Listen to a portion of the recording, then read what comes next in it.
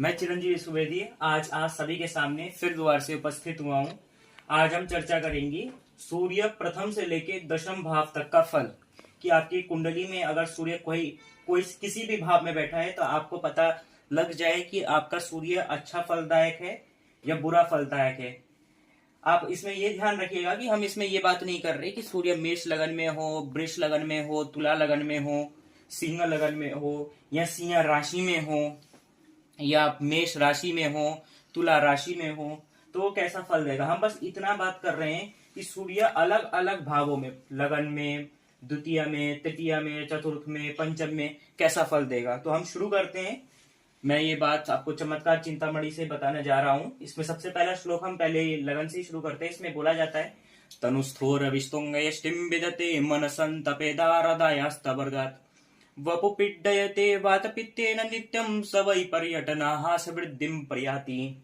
इसका कहने का अर्थ ये है, अगर आपका सूर्य लगन में बैठता है तो क्या होता है कि वह मनुष्य का जो नाक और ललाट होता है, मतलब सर और नाक, वो थोड़ा ऊंचा होता है और थोड़ा गौरांग वर्ण जैसा वो मनुष्य होता है। स्त्री तथा कुटुंब से उसका मन थोड़ा व्यथित रहता है, मतलब उसकी खुद की पत्नी से और अपने कुटुंब, अपने परिवार से उसका मन थोड़ा चिंतित रहता है और वह पित्त का सदैव शिकारी बनता है, मतलब उसे पित्त संबंधी रोग ज्यादा होता है। लीवर में गर्माहट के कारण फोड़े फुंसियां होना, लीवर खराब होना और खून की कमी पड़ना या अपने बीपी हाई लो होने की दिक्कतें से ज्यादातर बनी रहती है। और वह सदैव पर्यटन किया करता है, एक जगह से दूसरा जगह उसे जाना काफी पसंद भी होता है। लेकिन उसके व्यापार में या वो जो काम कर रहा होता है इसमें हमेशा ह्रास, मतलब या तो वो लॉस होता है या हमेशा प्रॉफिट होता रहता है, मतलब बीच में प्रॉफिट भी होगा, लॉस भी होगा। उसका जीवन कभी भी ऐसा नहीं होगा कि हमेशा प्रॉफिट हो रहा है या लॉस हो रहा है। परंतु जब लॉस होगा तो बहुत बुरी तरीके से होता है, जब अगर आपका सूर्य लगन में होता है। अगर आपका सूर्य द्वितीय भाव में है, कुंडली से द्वितीय भाव में होता है, इसमें बोला जाता है धनेयस्य भानु सभाग्यादिकस्य चतुष्पाद सुखम सोदये संचयाति कुटुंबे कलिर्जाये जायते पी क्रिया निष्फला याति लाभस्य हेतु। कहने का अर्थ इसमें यह है कि जिस इंसान का, जिस मनुष्य का सूर्य द्वितीय भाव में होता है वह मनुष्य अत्यंत भाग्यवान होता है, बहुत भाग्यशाली मनुष्य होता है। उसे धन, चतुष्पाद मतलब चार पहियों वाले व्हीकल्स का, चार पहियों वाले वाहनों का काफी सुख होता है और वह धन कमाने की काफी इच्छुक भी होता है। उससे एकदम से धन व्यय भी हो जाता है। वह इंसान काफी खर्चीला वाला स्वभाव का भी होता है, परंतु उसके दिमाग हमेशा चंचल रहता है, मतलब वो एक कार्य में सफल नहीं हो पाता।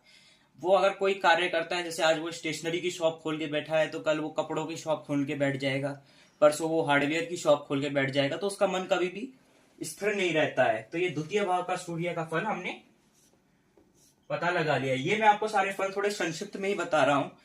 तृतीय भाव में अगर हम जाएं तो ये बताते हैं तृतीय यदा अहर मणि जन्म काले प्रतापाधिकम विक्रमम चातनोति तथा सोदरैरप्यते तीर्थचारी सदा रिक्षया सन्नरेशात।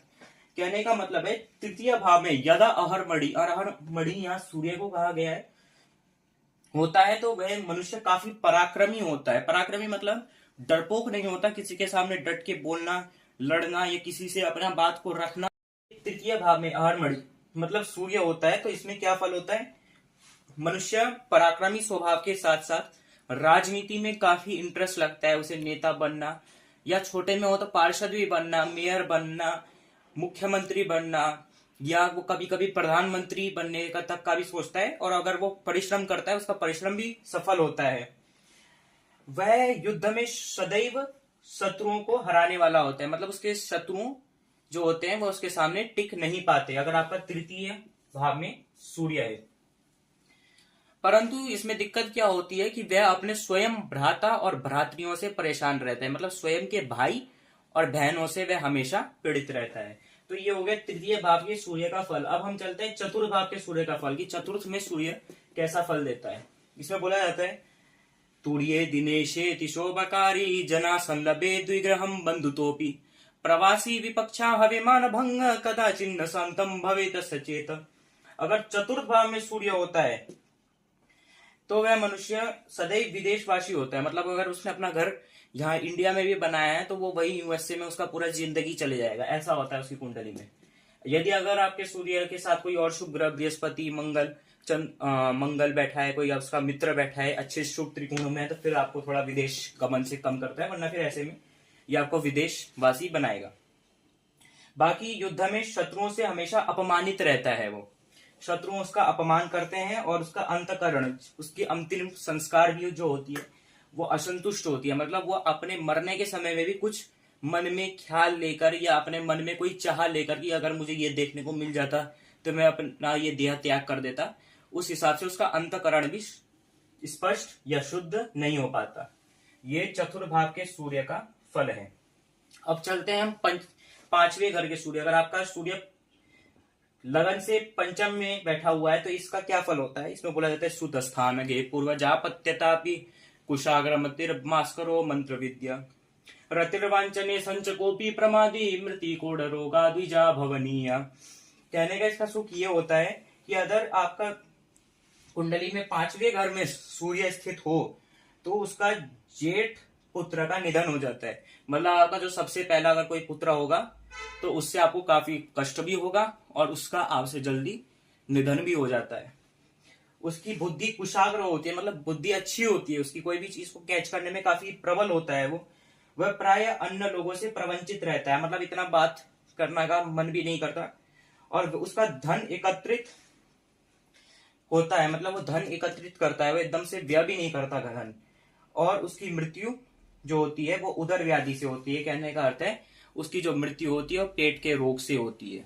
लीवर में कोई इन्फेक्शन हो गया, स्टमक में कोई इन्फेक्शन हो गया, उसके ऑपरेशन के बीच में ही वो इंसान स्वर्गवासी हो गया। तो इसमें ऐसे पांचवें घर में सूर्य का ये फल होता है।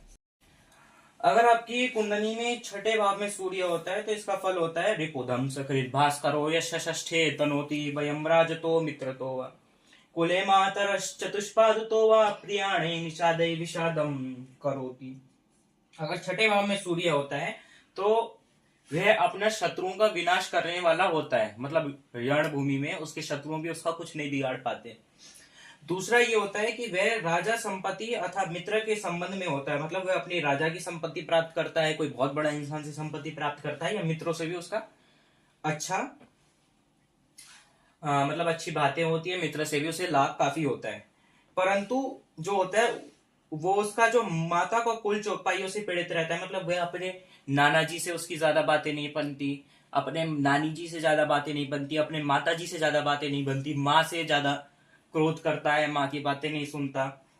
और उसके जो यात्राओं में भीलों के द्वारा वो जो मनुष्य होता है वह हमेशा चिंतित रहता है। जो छठा सूर्य होता है वो ज्यादातर मनुष्य को इस चीज में परेशान करता है, जैसे उसे कल कहीं जाना है तो वो 10 बार उस चीज के ऊपर सोचता रहेगा, मेरी कोई चोरी ना कर दे, मेरा कोई बस्ता उड़ा के ना ले जाए, मेरे कितने पैसे खर्च होंगे, उसके कारण वह हमेशा चिंतित रहता है। तो आज हमने इस वीडियो में सूर्य के लगन से लेके छठे भाव तक का वर्णन किया है। अगर आपको और 7वें, 8वें, 9वें, 10वें, 11वें, 12वें भाव के सूर्यों का भी पता लगाना है या आप इसके बारे में जानने में काफी उत्सुक हैं तो आप मुझे कमेंट बॉक्स में जरूर लिख के भेजिएगा। इसका पार्ट 2 भी जल्दी आएगा। धन्यवाद।